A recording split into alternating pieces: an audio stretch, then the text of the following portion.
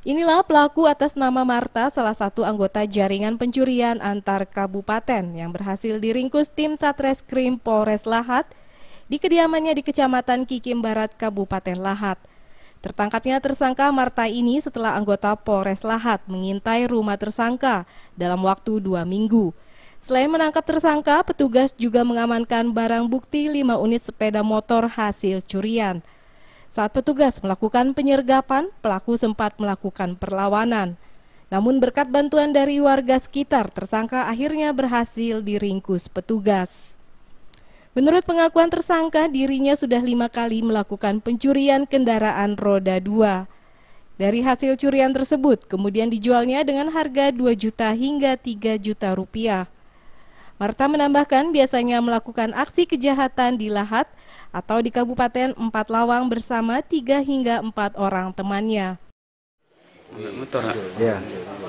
baru 5 kali, 6 kali, Pak. Di mana-mana, Weh? Tapi di daerah Kikim, Terus berarti barengan sama kawan itu. sudah dapat hasil berapa motor? Lemiko, Jual kemana motor? 56, Pak. Jual kemana motor? Di daerah Kikim terjualnya, Pak. Berapa jual? Ada yang 2 juta, ada yang 22.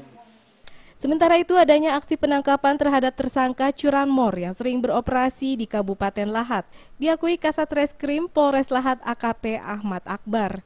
Menurut Ahmad, berdasarkan pengakuan sementara dari tersangka, sudah 5 unit sepeda motor yang berhasil dicuri.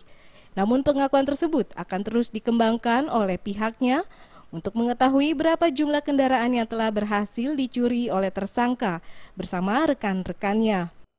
Kemarin kita sudah amankan 1 orang yang kita duga kuat dia adalah salah satu pelaku tindak pidana curanmor di Kabupaten Lahat ini.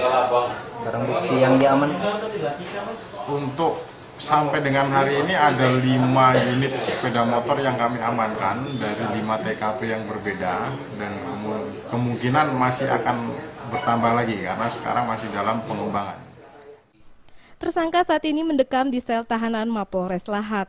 Untuk mempertanggungjawabkan perbuatannya, tersangka akan dijerat pasal 363 ayat 1 angka 4 dengan ancaman di atas 7 tahun penjara.